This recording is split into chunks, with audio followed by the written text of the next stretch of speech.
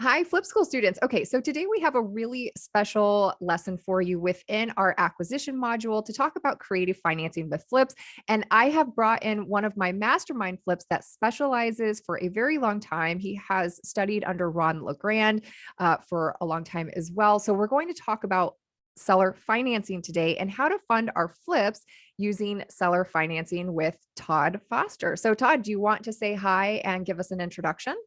Yeah, hey Tracy, thanks for having me on.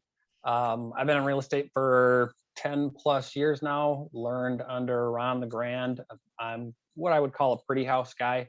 I buy pretty houses for with creative financing and seller financing strategies, and I'll kind of walk you through how you can use some seller financing strategies in flipping as well to get the properties under contract and ideally benefit by making a little bit more money, putting a little bit more money in your pocket, and as well as getting the seller more money out of it as well. So happy to be here. Absolutely. And not pass on deals that maybe we didn't know how to put together that now we have an option that maybe other buyers don't know how to set up, right? Yes. So with that, guys, we have gone through our acquisition methods. And if you haven't, there's a lesson in here that talks about how do we fund our projects. So how do we quote unquote normally finance a rehab project, a fix and flip? And it really typically leads to, well, the first method is hard money. Hard money are lenders that specifically lend towards fix and flips to buyers on short-term loans.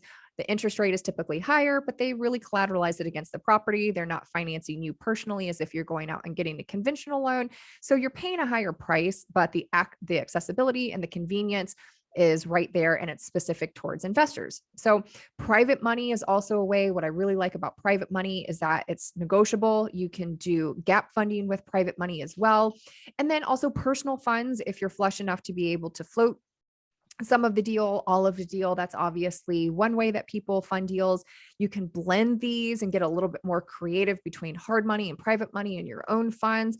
Or we have equity partners, right? Where they put up all the cash and you take a percentage of the profit. And so you don't have to come to money, or you don't have to come to the table with any of your money, but you're giving up part of the equity. So what I really like about the creative financing strategy is it essentially takes all of these off the table to be able to have the seller be the bank. And we're going to dive in exactly what that looks like, why sellers would object to this, why they would accept it, and how to set that up legally. So Todd, why don't you jump in and explain to us what is seller financing? Yeah, so seller financing is really simple, Tracy, and it just means that a portion of the sales price is going to become a note back to the seller. So in other words, like you said, the seller is financing the deal rather than going to a private money lender or a hard money lender. The lender in this case is essentially the seller. So we're borrowing from the seller by leaving their equity in the property and buying it with some type of wraparound mortgage, if there's a mortgage on the property, or some type of seller financing strategy, and we can get into that a little bit more. But in essence, the seller's taking on the role of being the lender, and generally speaking, the seller is going to agree to take payments for a period of time or delay receiving their equity in full until a later date. In some cases, would they agree to delaying their payments and getting their equity at a later date as well? Yeah, that would be ideal. So when we talk to sellers, that's the number one thing that we're trying to do is get them to wait fully on their equity. And if we negotiate an interest rate on the money that's owed them and they want some type of payments or interest on the loan, we want to delay those payments in an ideal world until we sell the property so that they receive all of their equity plus their interest up front, or I'm sorry, at the end when we sell the property. So it really minimizes our cost as we're going through the deal. So the mortgage payments that they've been paying are continued to be made, but the equity that we would typically owe them, or if they're charging an interest rate on that loan, we're trying to just see if we can defer that payment until the end, not the actual mortgage payments that are owed on their existing loans. Yeah, Okay. that's correct. And then when you say a wraparound mortgage, I know we're diving right into the nitty gritty master's level sort of, seller financing terminology here. Can you explain to me in a nutshell what a wraparound mortgage is? Yeah, so if the seller has an underlying mortgage on the property and they want some type of a debt instrument recorded showing that you're now going to be making payments to them, we would create what's called a wraparound mortgage, which essentially just wraps around their existing mortgage, around the terms of their mortgage. So it's not a second mortgage or a third mortgage. Whereas if the property was cashed out, we want to make sure that that underlying mortgage of the sellers is paid off. And so we wrap a new mortgage around it, if that makes sense. So Is that something that your title company would help you set up, or an attorney, if you're in a attorney state, would help you set up? typically, so I'm in an attorney state, so I use real estate attorneys. I always recommend if you can close with a real estate attorney, that is ideal. And yes, your real estate attorney in that case is going to help you create that wraparound mortgage. Okay, so let's go to the next portion where we talk about subject to, because as I think we shift in the market and creative financing is becoming on trend again, you hear these terms used synonymously. Seller financing, subject to, what is the difference with those? Yeah, so subject to financing, a lot of investors will refer to this as, quote unquote, getting the deed.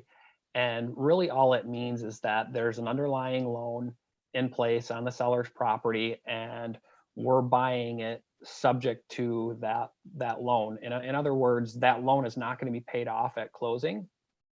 And we're acknowledging as the buyers that loan is not going to be paid off as a buyer. So we're okay buying it subject to that underlying financing. So the loan will stay in the seller's name at closing, but now you own the property, you or your entity. And that's going to eliminate personal liability because you didn't guarantee the loan to the bank, yet you're still going to get the warranty deed and all rights in the property are going to transfer to you or your entity as the buyer when you close. And I also want to make it clear that it's very different from a mortgage assumption. It's not Mm. assuming a loan, right? So with a mortgage assumption or a loan assumption, you have to apply and get approval from the bank to take over and assume the seller's loan. That's not what we're doing. So we're leaving the existing loan in place. It's going to stay in the seller's name, and we're just going to start making the payments on it until we cash it out. One of the easiest ways that I've been able to explain this to people is, let's say you're younger and you get your parents buy you a car, right? So you can't afford to buy it yourself. They have the loan in their name, but they give you the title to the car. So who owns the car? Yeah. And that Yeah. sometimes puts it in perspective of like, oh, I guess I can own something without having to have the mortgage in my name. But when people apply it to a house, they often think, well, I own the house because I have the debt. We're really tied to the money. The debt has to be in my name for me to own a house. Now, we as real estate investors know that I could simply go to my neighbors, and if they give me the deed, I own their house. Right. Right. And it would actually be ideal because then they already have the mortgage set up and you don't have to go through the administration or the qualification process. But to put it in perspective, that's been one of the easiest ways for me to explain it is, listen, if you had a car and someone had the loan in their name, but they gave you the title to it, who now has the ability to go transfer and sell that car? Well, you do. You own that car, right? By virtue of the title. So it's the same thing in a property. We're just switching the vocabulary. The instruments are pretty similar though. And in that situation, whoever you bought the car from is going to have a lien against it, which will need to Mhm. be paid off in order for you to transfer the title. And it's the same thing here. So when we go to sell the property, it's still going to show that there's a lien on the property, and any new buyer is going to want any existing liens paid off. And so that's what you do. You pay it off at closing when you sell it. So, Because that new buyer is now qualifying for a loan in their name, right? and they're bringing their financing to the table. Correct. Yeah. There you go. Perfect. So let's talk about a flip using hard money. You guys should be familiar with this breakdown calculation. I'm just going to go through it real quickly if you're skipping ahead to this module. So we have two aspects to our fix and flip, right? We're buying it, pick up, and then we're selling it. The whole essence of fixing and flipping, buying it at a discount, reselling it to make at least a 10% profit. So there's a few things that I want to highlight here that when we go into the example of why seller financing would be beneficial, that you can notate. So right here, our purchase price for this 3-bedroom, 2-bath, 1,500 square foot house, built in 1995, we're putting about $30 a square foot into it. So it's a medium rehab, just vanilla all across the board to keep it simple. Our purchase price in this scenario is $235,000. Now, this makes a few assumptions based on, let's say we have a lender that will only go up to 75% LTV, and they charge what do we have here? 2 points? 2 points, yeah. 2 points, and at 13%. In your area, because this is nationwide, it might be lower, it might be higher, but let's pick a nice, again, vanilla number. And we're holding it for 180 days because we're being conservative. Things are sitting a little bit longer now. We're going into a balanced, if not a buyer's market. So let's be realistic with our expectations. Everything else I'm going to just keep the same because this could vary a lot depending on your state. So let's focus on the things that are going to be influenced the most with doing seller financing versus using hard money. So again, purchase price of $235,000, the loan at $176,000, $250,000. We have a couple points in there, loan interest at 30%, paying for 180 days. Now, when we look at what that is costing us just to acquire this property using hard money, let's just call it around $15,000. And you can see here that the total is $14,800. Okay, so keep that number in mind. When we go to resell the property, after everything is said and done, again, I'm keeping this very vanilla, the cash required, because you have to come up with the difference of what your purchase price is, what your loan is going to be to a hard money lender. Okay, we're remembering those numbers. So you have to bring all of that to the table along with your renovation cost. If your hard money is not covering that, ends up being around $122,000. That is not a small amount of funds. Your gross profit, because we're always aiming for at least 10%, is around $36,000.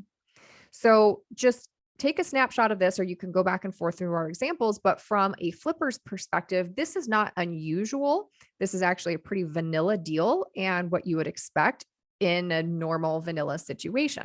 So let's move on to an example where there's seller financing involved and see what the difference would be. So Todd, why don't you explain to us what this looks like and the major differences of what we just showed?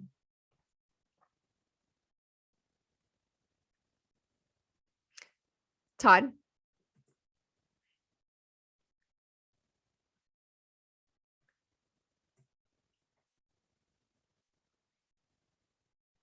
You're on mute. Sorry, not sure how that happened. Whoops. That's okay.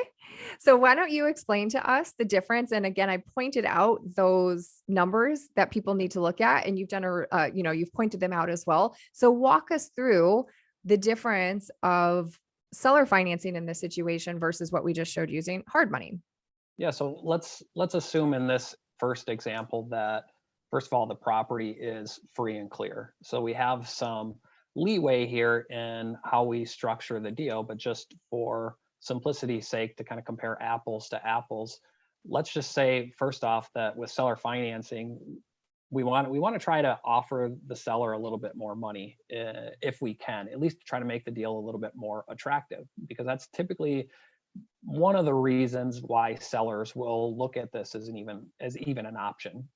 They could, generally speaking, put a little bit more money in their pocket. So we offer $235,000 with a hard money lender, but let's say that we can put a little bit more money in the seller's pocket and the purchase price would be $240,000. Now, because the property is free and clear, you have the ability to negotiate a lot of things, whether or not there's any monthly payments, what your interest rate would be on the amount of money that the seller is carrying back, if any interest at all. But for this example, let's just say that seller's fine giving us an 8% interest, and our intention is to, same as the last one, fix and flip, hold the property for up to 6 months. So we've got about $9,500 in terms of loan costs or interest that would be due back to the seller. So if you look at the examples just kind of side by side, the seller in the first example, they're gonna make 235,000 Mhm. because they come to the table as the bank in this example. We can offer them more in terms of a higher purchase price, and now all that interest that was going to go to a hard money lender or to a private lender is actually going to go back to the seller. So they're going to make even more money. So with interest, by the time we cash this thing out, the seller is going to end up netting almost 250,000, 249, 500, right? Mhm. Which is not Now, a small amount of change. no, it's really not, especially just to wait for, you know, 4, 5, 6 months in terms of, you know, waiting on their equity. So not every seller is going to be in a position where they need their equity up front. A lot of them, you'd be surprised how many people can wait 3, 6, 9 months, a year or longer for their equity. And all you have to do is ask. I love that. So, to that point, when we're talking about negotiating with sellers and going through our seller intake form, you guys saw how I stressed repetitively that just because the seller is in a scenario where we wouldn't normally sell at a steep discount or do something like this, we need to take ourselves out of the equation of assuming what they would do because we wouldn't do it. And the second part of that is depending on who you are advertising to, marketing to, following up to, you'll have more likelihood of these types of scenarios. So let me give you an example. If you guys are advertising to, let's say, absentee owners that have owned the property for more than 10 years, 15 years, 20 years, 30 years, however long that you want to qualify that, the probability of them having a paid off property goes higher and higher. So, like Todd's saying, it's actually not unusual for them to accept this because not everyone is in a situation to where they're desperate to sell. They, again, need to sell. But if they're money minded, say that this is an investment property for them, it's out of state, and they understand the reasoning behind this. And they're like, actually, yeah, I'll take $15,000 more, $10,000 more, whatever it equates out to in 6 months, rather than accept a low ball 60 cents, 65 cents on the dollar today because they're math minded, which I've taught you guys about as well. Is this person more math minded or are they more emotional? What is their real motivation behind this? So I really want to stress that if you haven't gone through that module, go through that module where we talk about talking to sellers, going through our seller intake form. Take yourself out of the equation. People have all different sorts of motivation to sell a property. And just because we might not do it in a certain scenario does not mean someone else won't. So when Todd says someone would do this and wait 6 months, absolutely, they will. And you've done however many of these deals for the last decade, and you can testify to that. And Tracy, not only does this benefit the seller in terms of them making more money, but look at what it does for you as the investor as well. So look at how much less money now is required up front to step into this deal because the seller's financing the property for us.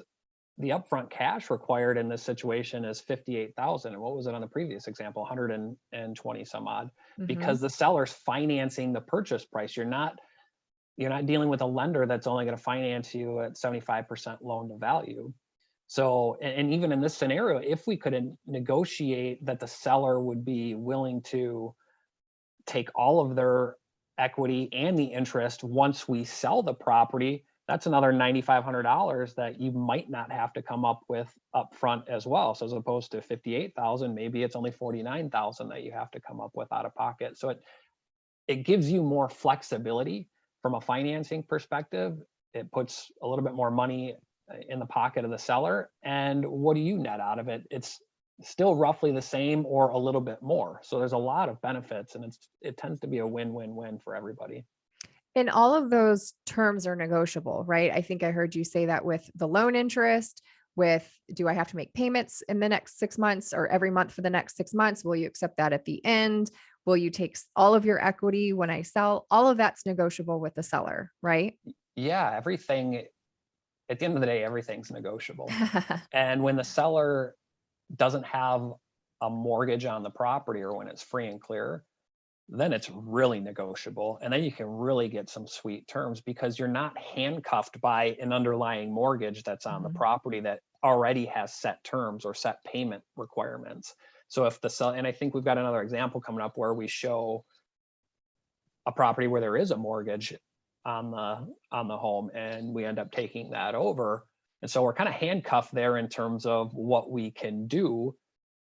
And it still would make sense, but that payment is set. You can't really negotiate, hey, I'm just not going to make payments when the seller has a payment. Or you could if the seller was willing to do that, but most of the time they're going to want you to make that payment on their behalf, Sure. right? So I love these free and clear deals because it really gives you license to just It's kind of negotiate on carte blanche everything. for, hey, what do you Yeah. So need? What do you, whatever you can come up with that makes sense. And you're asking questions to the seller the whole time to figure out what is it that they really need? What's the situation that we're there trying to solve? As investors, that's all we do all day yep. long is we go in and we talk to people and we're trying to solve problems where the house is part of the solution. They usually the house is part of the problem. We're trying to figure out how to help them with that and come up with a solution, right? So 100%. And that's the same exact thing going through our seller intake form and our negotiations that I tell you guys. We're in the people business and the marketing business. Real estate just happens to be the drug of choice that's in the middle of it to profit from. that's true. So all of this sounds really good, right? Like, why wouldn't more sellers do this? So let's talk about both sides of it. First being, why would a seller accept seller financing, Todd? Yeah, the biggest reason, quite honestly, just comes down to money. It just comes down to they'll make more money if they can wait. And not every seller is going to be in that position, but you might as well ask if you're Mm, talking to them anyway. Because at the end of the day, if you can put more money in their pocket and make a little bit more yourself and limit your risk on the lending side, or on the borrowing side, because you're getting the financing through the seller, I think it's just a win-win all the way around. So money is usually the biggest reason. Other reasons that sellers will consider it is because they see what people are willing to pay from a cash perspective, and maybe they are in a situation where they need or they want some type of a quick sale, but they don't want to discount the price substantially, or maybe they can't discount it that much, so that it's a way for them to get a little bit more.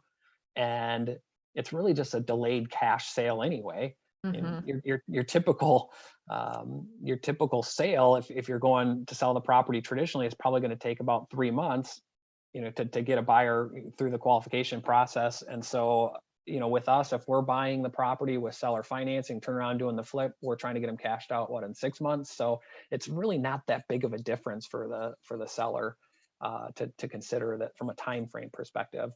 A lot of sellers will like to have an income stream, either short term, or sometimes you can negotiate these deals to where they'll take money longer term. I know that's really kind of outside of the scope of your course, but um, uh, other times they just distrust realtors, or they don't have enough equity to sell it with a realtor. And these are getting into more creative deals where maybe you can't go as low on the price, but there are creative strategies for dealing with these types of properties when there's not a significant amount of equity, and hmm maybe when your cash offer is too low to get the property under contract.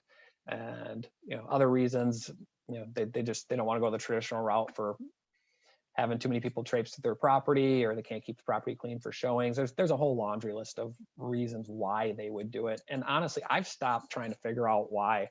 I just ask, like, what are you willing to do? hmm Um, it doesn't hurt to ask, and never assume that we know the answer for the seller. We Right. always have to ask to see what it is that they're willing to do, and help them figure their situation out, Right. figure And out what's again, best.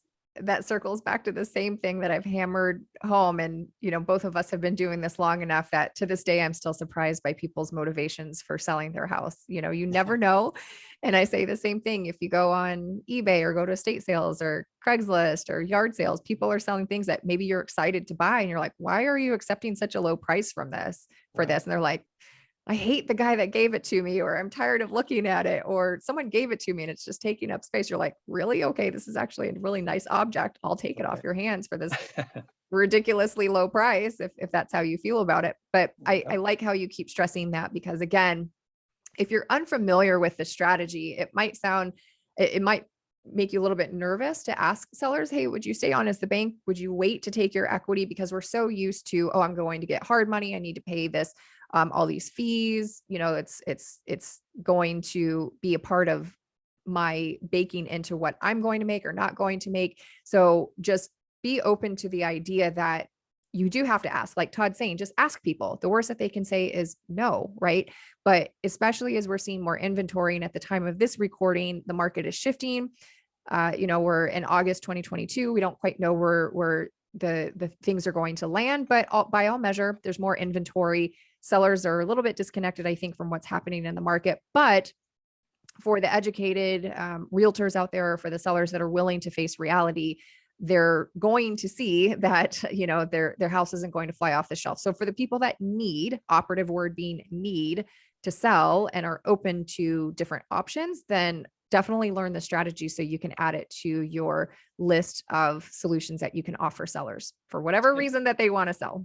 And Tracy, out of curiosity, in your intake form, do you typically ask if they're open to creative strategies or seller financing up front, or is that something you would typically do at the house when you go out to meet them? How do you do it? It's something that we ask up front, but we don't say it that way. Yes. What we ask is, as we're going through the form, there's room to fill in, what do you owe on your first loan? Do you have a second loan, whether that's HELOC, whatever it is? Is there anything else that has attached itself to the house? And then we ask the question, do you need all the equity right now? Correct. So Yep. I teach the students, don't use a bunch of fancy jargon. Most people maybe buy and sell a few houses in their lifetime. There's no need to show how smart we are. Most people don't know what any of this seller financing subject to. They don't need to know. Do you need all your equity right now? That's as simple as we need to make it. So we do. And that also sort of plants the seed that if it does come back that, listen, I'm going to offer you 2 or 3 different options here. You decide which is best for you. Let me pencil them out for you. It's already planted the seed of what does this look like for me to think about being the lender in this situation and waiting on my equity. Yep. Perfect. So I like that's exactly what we do as well. Yeah. We'll ask them, are they in a position to be able to wait on their equity, or do they need all their equity out up front? Yeah, exactly. And I like to prime them from the very first conversation, so it's not as awkward when you're sitting in front of someone, because sometimes people need to bake on things for a minute. So and you always want to push the benefits, so for me, my question to the seller is, if I could get you even more money out of the property, would you be in a position to where you could wait on your equity for 6 to 12 months? Say that one more time for the folks that like to take notes. Yeah. If I could get you more money out of the property going this route, not saying it'll work or it won't, but would you be in a position to wait on your equity for 6 to 12 months if it meant more money in your pocket? Right. So you're kind of stroking that greed gland and showing them that, hey, they can make even more money. Is that something that you're even open to? So that's how I broach the conversation. And if they're not open to it, they're not open to it. Or if they're in a situation where they need the cash out, they'll just tell you. They'll just tell you. Now, most of the time, they're going to just want it because they want it. So because we're humans. Need and want are 2 different things. So we, as the investor, we need to help them realize or dive a little bit deeper to see, okay, is there a real need here for it, or is it you just want it? And if they just want it, then when we get out to the property, showing them this is where you benefit if you were to go the seller financing route. Happy to make you all the cash offer, and they can compare the 2 side by side. So Right. And we're saying the exact same thing. So I love how we're hitting home on all the exact same things that are being taught in Flip School. And for those that are interested in knowing, the greed gland is behind the kidneys, and you flush it with vitamin I've got C 2 of them. Lots of $100 bills, right? So that's how we cleanse our greed glands. I've never heard that before. Okay, so we've talked about some of the benefits, but let's now talk about reasons that sellers would push back a little bit. That sounds like, is this even legal? I've never heard any other investor. Are you trying to weasel me out of something? So what are the objections that we would normally hear from sellers? Yeah, so the biggest one that I typically hear is this confusion about whether it's legal or not because of the escalation clause in their underlying mortgage, or the due on sale clause in their underlying mortgage, if they have an underlying mortgage. And there's a lot of misconceptions out there about what the actual due on clause sale, or the due on sale clause actually says. And it's in probably just about every mortgage you're ever going to come across. But what it does, Tracy, is it gives the lender the option to call that underlying financing due, the full loan due, if title transfers. Now, it doesn't require the lender to call the loan due. It just gives them the option. So in my experience, not once ever have I ever seen a lender call a loan due when we're buying a property subject to, or when title has transferred and that underlying debt is still in place, as long as the payments continue to be made. Mm-hmm. So that's the key there. The lender, when they make these loans, they did it for a reason. They want the interest on the loans. They want a good performing note.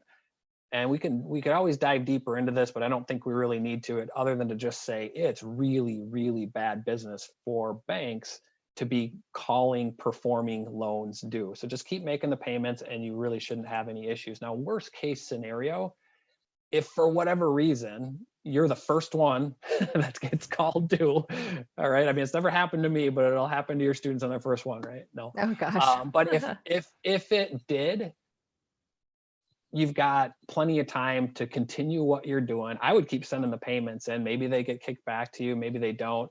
But even if they don't, just keep doing the rehab, get the property sold, and you're going to pay off the underlying financing when you sell it. I mean, you're getting the thing sold in 6, 7, 8 months anyway.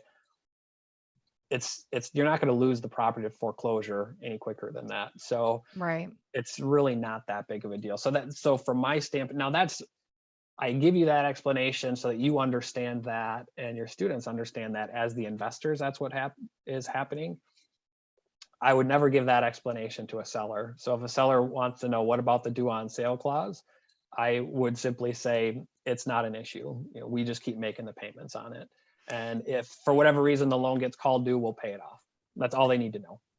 The difference with that too is most of the time, for instance, how I like to compare it is if you're selling your house for cash, whether I'm paying hard money, private money, come in with a briefcase full of cash, you're not running to your bank and saying, hey, I'm selling my house to this investor. I just want to let you know. So Right. it's the same thing in this scenario when you're still selling your house. But you're not calling your bank and saying, hey, I'm selling my house to this person and I'm, signing these documents. So I think it is important to notate that you have this conversation fully with yourself and an attorney, that everyone has to be on the same page about how this works. But same thing, Todd. I mean, the people that I know that do this, the due on sale clause it's a valid concern. However, again, they're not in the business of taking properties back and spending all this money to take them through foreclosure because it has to be the person that's on title that's making the loan payments, right? Like, so I don't want to over stress this, but I do think it's worthy of going into a little bit simply because if you're Googling this sort of financing, it comes up and people ask that. So It a lot of does. And times, then the legal issue around it is Mhm. people have this misconception that it's illegal. In fact, I've had multiple attorneys tell me, "Oh, you can't do that. That's illegal." And it's like, my goodness, like they have no clue. Mm, They don't understand. And usually when it's an attorney saying something like that, it's not a real estate attorney.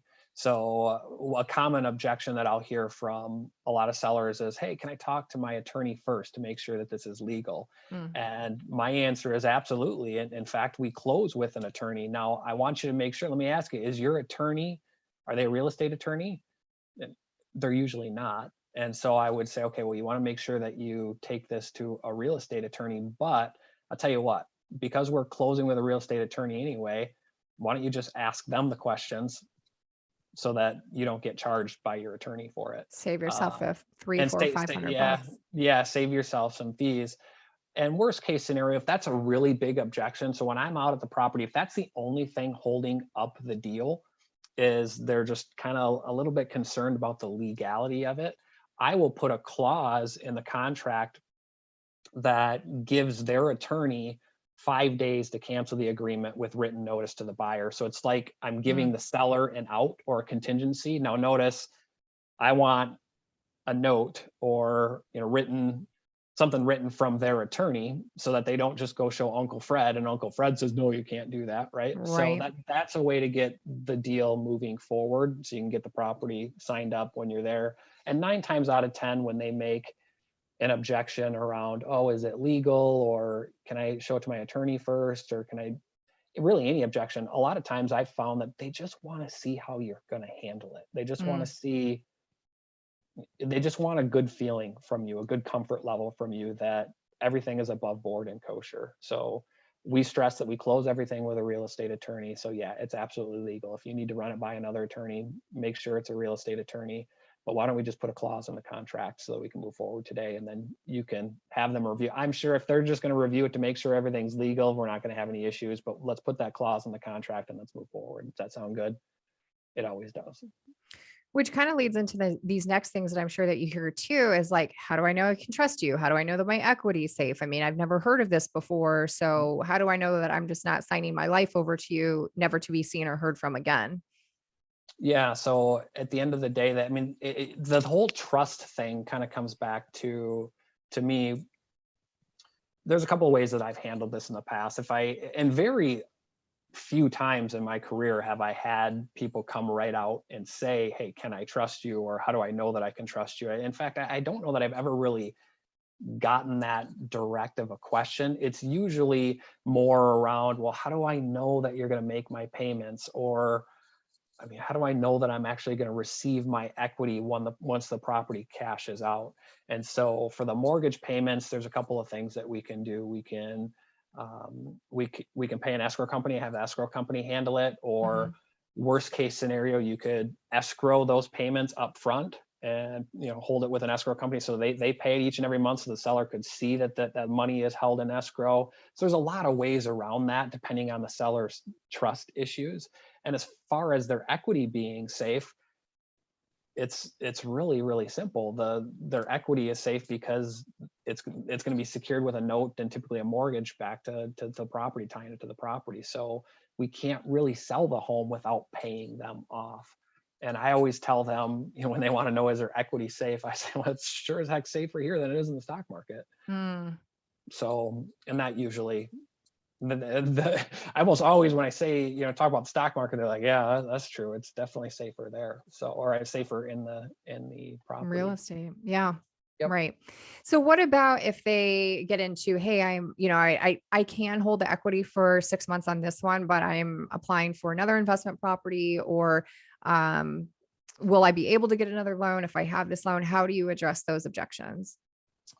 So, generally speaking, it's just been my experience that generally speaking, yes, most sellers will be able to get another loan as long as they've got decent credit and they don't have a bunch of debt. And that's really all it comes down to. If they've got a ton of debt and they've got boat payments, car payments, and other house payments, and they're just carrying a ton of debt, then their debt to income ratio might be too high for them to qualify, still carrying the financing on this property. So that's something that generally has to be looked at.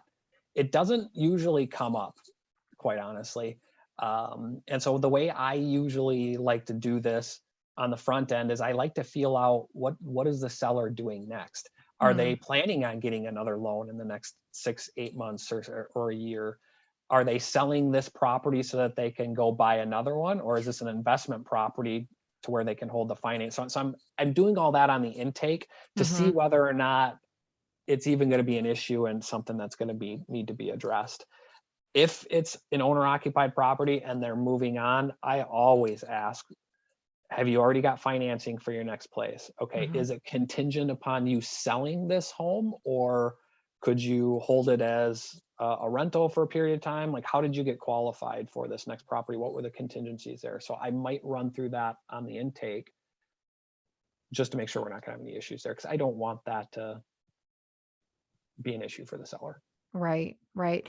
And as fix and flippers, we're going to be addressing this with people that typically have already moved on, or this is an investment property for them. So hopefully that there's some more flexibility there, because obviously we can't rehab a property that people live in. So if they need the equity from the house to even buy something and move, then that qualifies itself right there. But it's a question worthy of asking. Again, we're getting all of this information up front, guys, so that way, when the sellers are like, yeah, I'm open to this. Oh, but wait, my plan was to actually buy another property in a couple months. And I was planning on the equity from this. So again, we're going through everything that that we would ask with a fine tooth comb. So that way it's a win-win-win.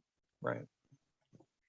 So once we've addressed their objections, which I'm sure we'll get at least a couple, because this isn't, a quote unquote typical way to buy a house that people are used to.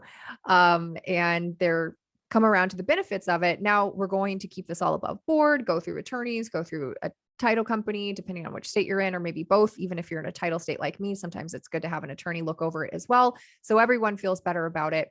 But what is the paperwork that we would need in any of these scenarios, Todd, to make this a legal transaction, since we're not doing it the traditional way? Yeah, so the only thing I get signed at the seller's property when I go out to meet with them is just the purchase and sale agreement. Everything else is handled after the fact at closing, and the attorney's typically preparing all of that. Some of these documents I might send to the attorney, especially if it's a new attorney that I haven't worked with before. But the closing attorney is going to prepare the new deed.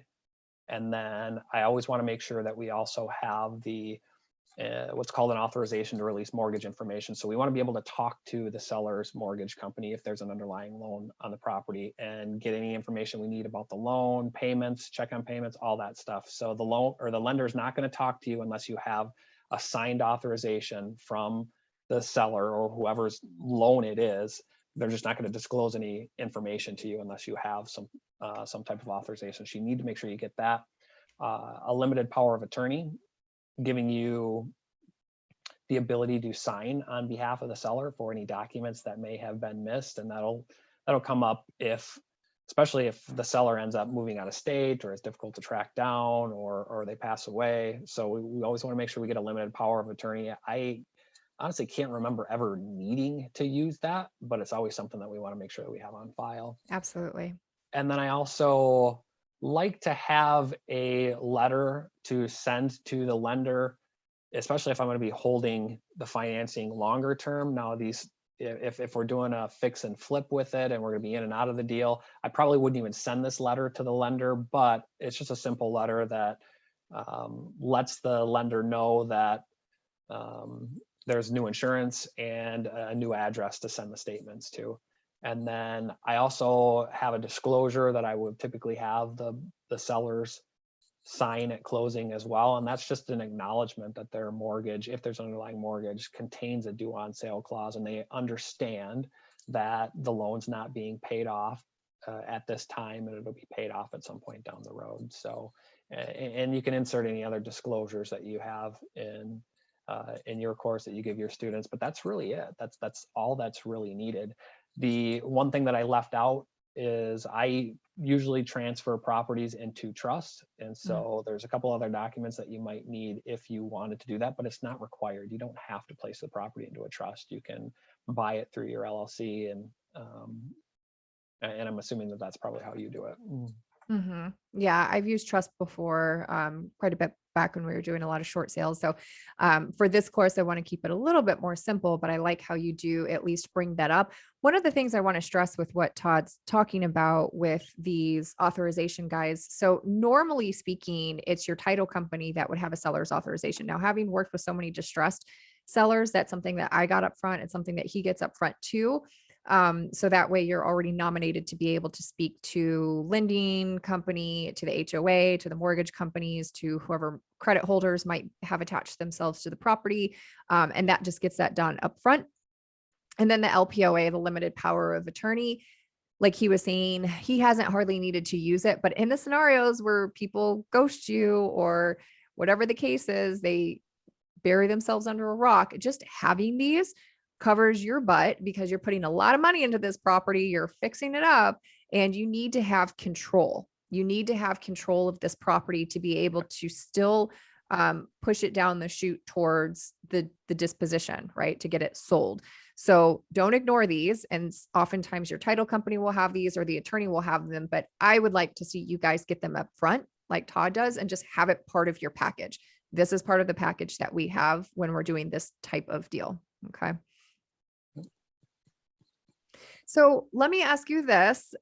We both know the answer, but for those watching that are like, wow, this sounds really cool. I don't have to pay 10, 11, 12, 13% for hard money. Seller's going to make a little bit more. They act as the bank. I can make more in my pocket. I don't have to qualify for hard money loan or come up with all this money. So why don't more people do this? Yeah, in my opinion, Tracy, I think it's just primarily a lack of awareness and training. For example, when I had my license, my real estate license for all those years, and there was no training whatsoever around creative financing, seller financing, and all the training that I had to take to get my license. And I've talked to numerous agents across the country, same thing, right? So a lot of agents don't even necessarily know that this is an option, or if they do, they're aware of it and they heard about it when they went through, and it might have been like a really small module. It was a And they're like, okay, paragraph. Yeah. yeah, paragraph. Like, I ain't ever gonna do that. I'm always gonna list the property, and somebody's gonna bring their new financing to the table, right? So a lot of agents aren't aware that it exists. So just lack of awareness. Many investors honestly don't know about it, and I think that I don't know. I think creative financing, for whatever reason, just doesn't make for really glamorous TV. You see a lot of Mm, rehabbing shows and house flipping shows on television, and they typically don't talk about how the financing came to be. They're showing all the things that come through the course of the flip and fixing up right. the property and the issues that have to be dealt with. And so I just don't think that it's just an awareness. And the good thing about that, though, is to me, I think that creates a significant opportunity, Tracy, for us as investors to have these strategies in our tool belt, because most people don't. And anytime you can set yourself apart from the other investors out there and offer the sellers more options, I just think Mhm. it's a really good thing. Absolutely. And when you sit down in front of a seller, one of the things that I've been able to pride myself on, especially when I was an agent as well, when we were doing a ton of short sales and pre foreclosures, is listen, give me all of this information up front. Let's go through as much as we can possibly up front. So when I sit down in front of you, I'm going to give you what solutions I think are available, A, B, or Yep. C. Here's where I'd be at on each of them. I'm not moving into this house. I'm not emotionally attached to it. So you Yep. tell me what works best for your scenario, and I'll give you my professional feedback and, show you what I think might be best for what you're telling me that you guys need. But you guys get to decide instead of just showing up as a one trick pony. I need to buy your house at 65 cents on the dollar. I'm going to pay Right. cash. I'm going to get the debt in my name. Now I own the property. People, it's like, well, this is the way it's always been done. So this is the way it still needs to be. Whereas if you show up as more of a consultant manner and thinking, what's the problem that we need to solve? Let's take a look a little bit more holistically and say, okay, well, we do have options here. This is one of them. Let me walk you through this.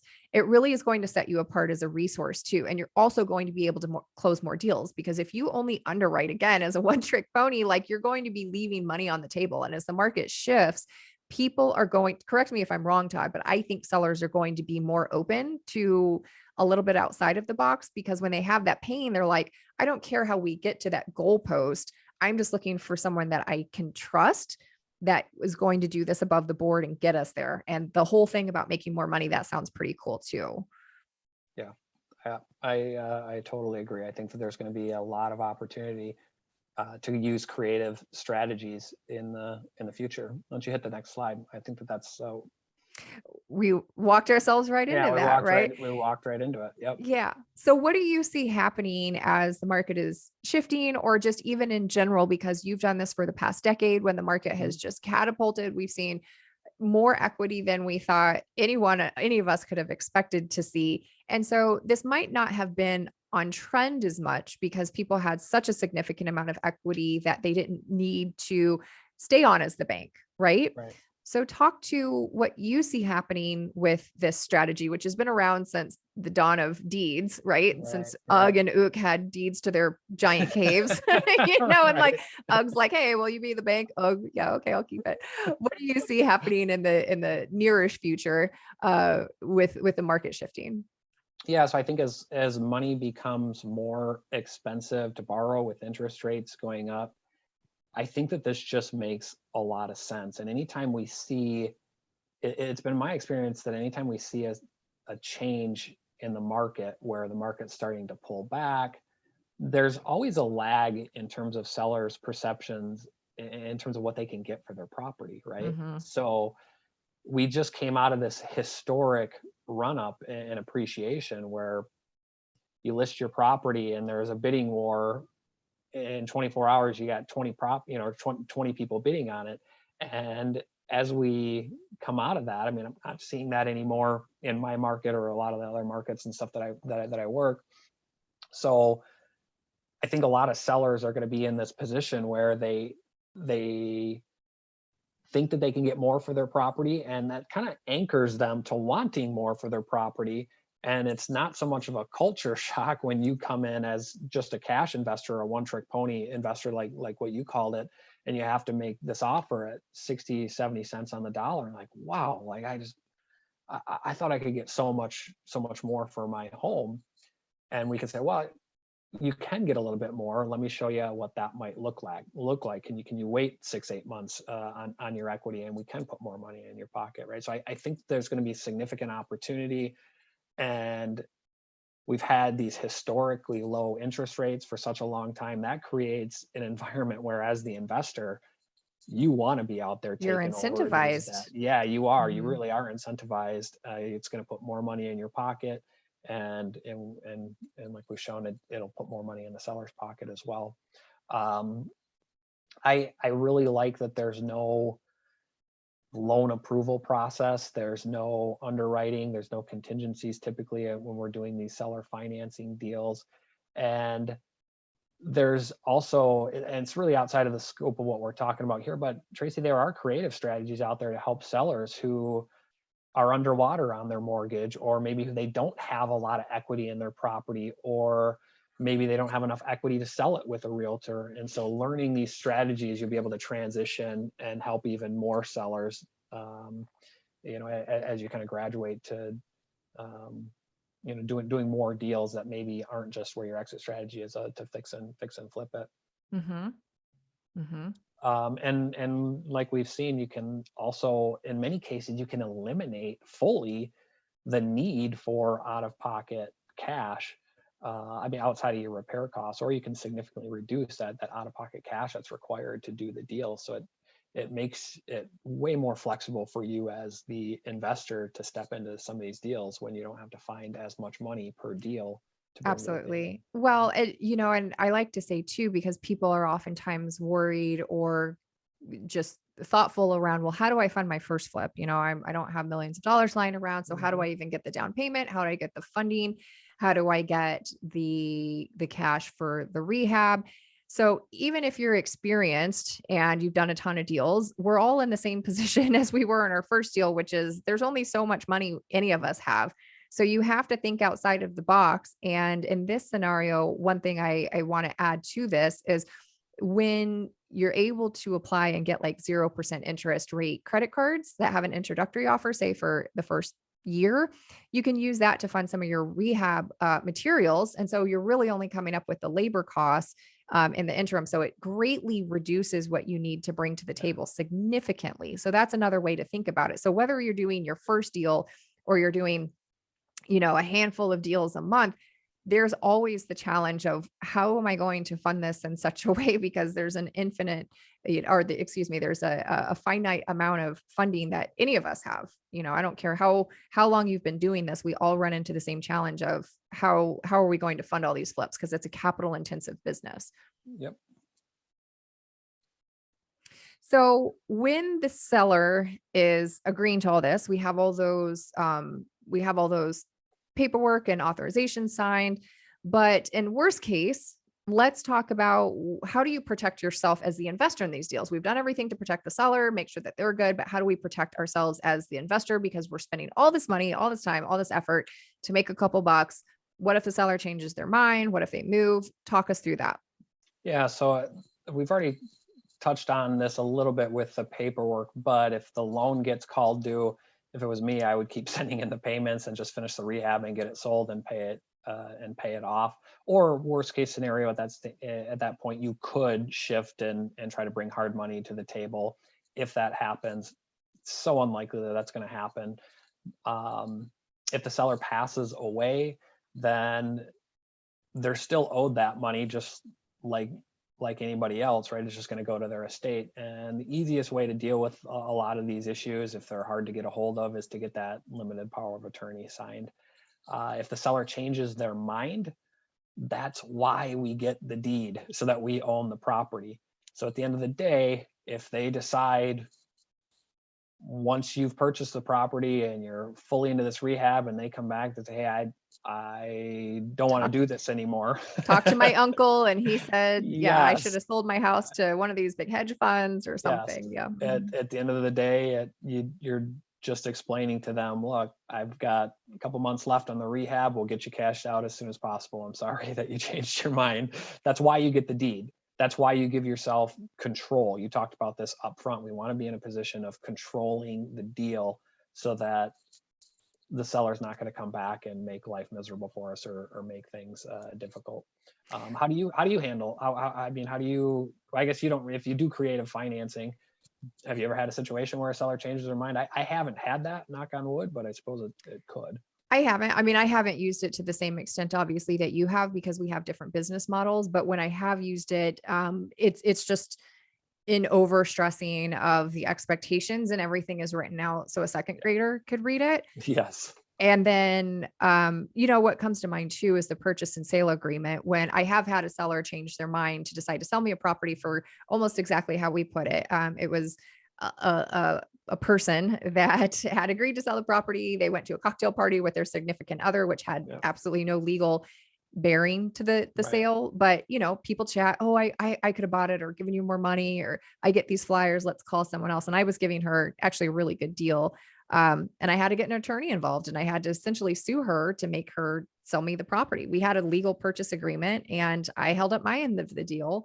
So you can't shift your emotions midstream and say, I talked to my friend at a cocktail party, or my boyfriend wants me to make more money on this property, or whatever the case is. So I don't think of it any differently how we're setting these up, whether we're talking about the loan or whether we're talking about the sale. I'm encompassing that all in one. If we have agreed to this and I've disclosed all these things to you, it's on record and everything is spelled out, and we're in escrow, there is a legal process that we have to go through to unwind this. And most of the time, if you're well protected by your disclosures, there's not going to be a way for the seller to back out of that. That being said, I don't want to force people to sell me their properties. Like, if they don't want to do business with me, I need to figure out why. Did I not communicate well enough? Was something not above the board? That has never happened. It's just people have these conversations, people change their minds, or like talk to someone, or they get that pressure relief valve. And once that pressure is off, then all of a sudden they're like, I want to make even more money. And what if I did this? That typically is what happens. It's not something because of what we investors did, because if we're working above board and working with integrity, what I have experienced is if someone, again, talks to someone else and that person is trying to convince them to make more money. But that has been that one time. I mean, essentially, I have not had other people say, hey, I just want to change my mind altogether. So, but it does happen. Good documentation, closing with an attorney, being honest and touching everything up front, having the good documentation, and then doing what you say. And you really shouldn't have any issues. And if you do, at the end of the day, the seller comes back and changes their mind, tough. You might have 1 out of 100, but listen, you're in this business long enough. On one deal, something is going to go, people, they're humans. We're still dealing with emotions, and people, for all sorts of reasons will decide that you're the bad guy all of a sudden. So, but that's 1 out of 100, 1 out of a few hundred, depending on, how you're setting everything up and how you do business. So, and everybody can make up their own minds about how they want to handle that situation. For me, I would probe the seller to understand, okay, what changed? As you said, Tracy, what was it, something that I did? Was it something that was miscommunicated? What's the reason for this change? And if at the end of the day, it's just that they talked to Uncle Fred, and Uncle Fred doesn't want them to sell it this way because they can make more money somewhere else, then okay, I'm going to be a lot less lenient in that situation, but I am going to try to fix the problem, and I am going to try to address it. The last thing any of us want to do as investors is drag a seller along kicking and screaming across the finish line. That's just that's a recipe for disaster and headaches that most people just don't want to deal with. So address the problems up front, and you should be okay. Absolutely. So let's go through. Why don't you walk us through a different example as well as we start to turn the bend to wrap up? Talk me through the first scenario was ideal. They don't owe anything on the property. They're willing to wait. Well, what if they do have a first mortgage? Like we said, they maybe have good ideal financing on it already. So they need to make a certain amount just to even get out of the property. How does that all work when there's already a mortgage in place? Yeah, so this is an example of one of the deals that we did recently. So the seller had an underlying loan on the property. They owed 188,000 and their underlying payment was 1324 a month. The property needed at least, and I would say at least $40,000 worth of work. Generally speaking, I have a different exit strategy, so I don't do all of the repair work to turn around and sell it at the top dollar. A wholesaler or a rehabber probably would have came in and estimated more, but let's just say for simplicity's sake that $40,000 was needed for the repairs, and the aftermarket value after doing all those repairs would have been 300,000. We were able to buy this property for 198,000, and the way that we did that was we took over the seller's debt subject to the mortgage. So we took over that $188,000 debt, and they wanted $10,000 at closing. Their situation, and this is why it's so important to find out what's going on in the lives of the seller. What's the motivation? Why are they selling? Well, this was a couple that was going through a split, and the property needed some work. They needed to sell the property as a result of going through the divorce. It didn't show very well, so they weren't going to get any more money on the MLS. It would have just sat, and they didn't want people traipsing through their property, so they were looking for options. So how could this work? These sellers actually rejected a number of other offers from other investors before we got there, and they were very open about it. And the issue was the offers were just too low. The cash offers were coming in for less than what the seller owed on the property. So in other words, the seller would have had to write a check at closing just to walk away from it. And like, that didn't even make sense to them. They weren't going to do that. And so we came in and said, look, if you need $10,000 up front, we can do that, but we need to take over the existing debt and make payments on it until we can cash the property out in full. So you'll never have to worry about it. We'll make the payment so you don't have to, and you'll get your $10,000 to split at closing. So that's what we did. So let's look at this example if we were to fund it two different ways, the way that we did. But first, let's look at it if we were going to do hard money. So in a hard money scenario, with a purchase price of 198,000, the amount that you could borrow at 75% loan to value is 148.5. Again, we're assuming the same number of points, 2 points, and a 13% rate like we were in the previous example. And so you can see the total costs there, your total holding costs, what is that, $12,500. And you add in the closing costs, the repairs, all that stuff. When you go to sell the property, if you're cashing out and you're fetching 300,000 by the time you pay the commissions and the commission costs and the closing costs, you can see that you make a decent profit. You make 34,000, a little over 11% on the deal. So that looked good. The cash required to close was 104,000 in this situation, because again, we got to fund the repairs, got to come up with a down payment, and all those holding costs. So almost half your acquisition price.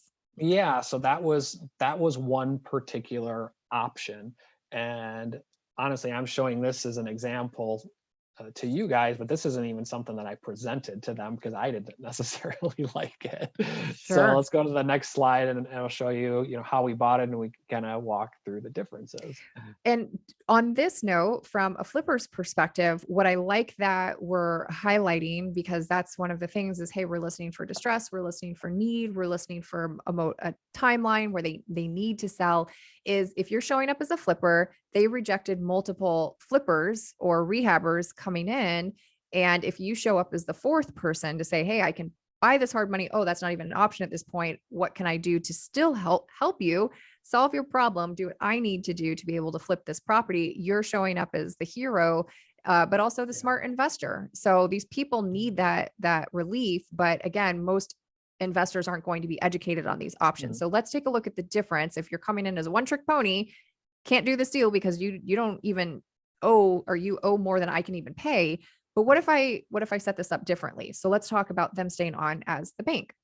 Yep. So the way that we set it up is now we're buying the property with creative financing and we're taking over that debt subject too. So you can see our purchase price is still the same at 198,000. We still got the same estimate for her repairs.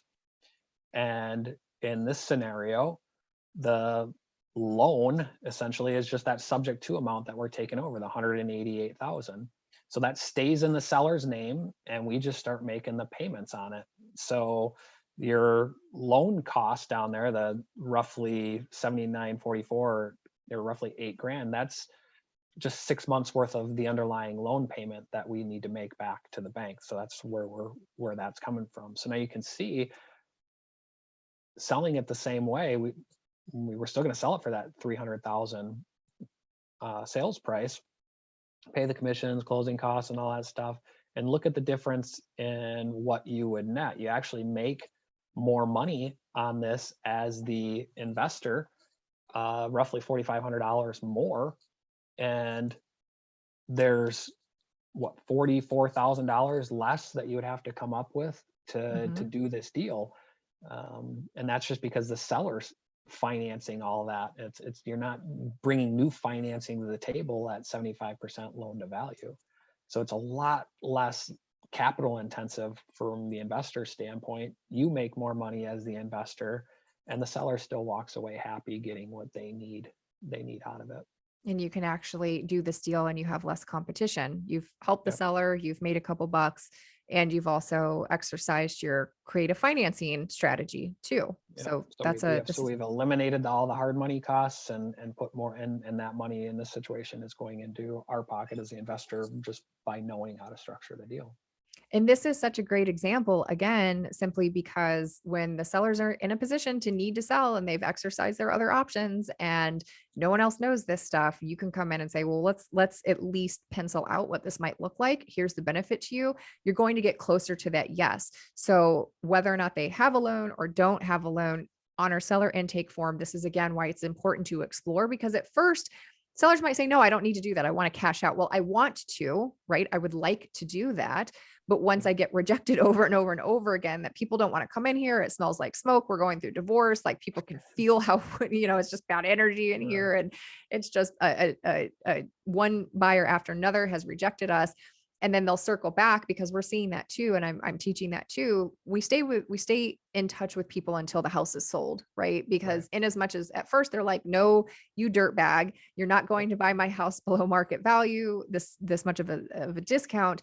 Amazingly, especially as things have shifted, those calls are coming through. Yeah, I'm they get sorry. beat up by the market a little Yeah. bit, and then they come back to you. Yeah, you let Is the that market still do a the legwork of beating them up. Yep. Yep, exactly. So this is again stressing why we get as much information upfront with the intake form. So Todd, this has been such a good conversation. I really appreciate your time. I've kept you a little bit more than I thought I would, but hopefully that just speaks to how much experience you have and looking at things from different angles. So your dispo is a little bit different from what I'm teaching in flip school. So I really appreciate you adjusting it to what the students are learning. But do you want to talk a little bit for a couple minutes about what your normal exit strategy is? And then if people are interested in learning more from you, how they can get in touch?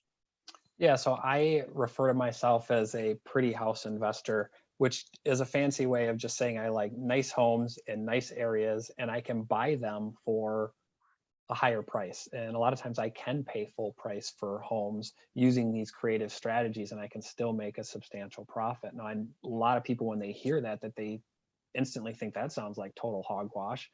And it's usually just because they don't know how to do it. So I like to use seller financing and deal structuring strategies to create passive income. And so my exit strategy is typically a little bit different. So I don't like to do fixes and flips. I like to hold properties for longer term to create wealth and passive income. So that's my disposition. If people want to learn more about that and how to do that, easiest thing to do is just hop on over to my website, learnprettyhouses.com, and I've got some free training and stuff posted there if they wanted to check that out. So Awesome. Well, thank you for taking the time today. I hope you guys got a lot of value from this module. This actually wasn't something that initially was going to be in Flip School, but by value of my network and the friends that we make through being long-term investors, we have cool people like Todd that can come in and teach us specifically how to re-strategize some of our different acquisition methods in a changing environment. So with that being said, Todd, thank you so much. If you guys do want to reach out or learn more about what he does, please go to learnprettyhouses.com.